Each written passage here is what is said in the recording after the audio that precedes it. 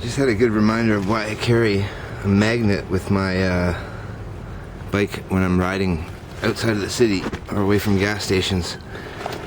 This is the toolbox or tool bag right here. But see this? That's the circlip from the horn button. And I'm getting down to the last few things that annoy me. And the horn doesn't work regularly, and you'll need it and it won't be there, and you'll end up on the ground. And when you're riding a flying Molotov, it's not a good idea. So, unfortunately, I dropped this on the ground like that.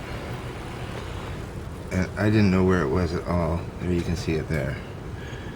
It's got a shiny side up. But I have this magnet for cabinets on the back of my bag here, so I can hang it on things.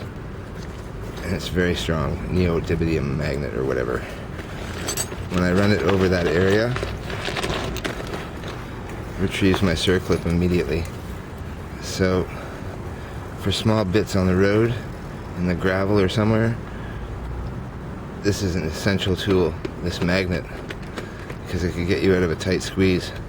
I have an extra switch, so I could have gotten another one of these, but I cleaned up this switch today and was able to do it from in the handlebars without disattaching the wiring harness.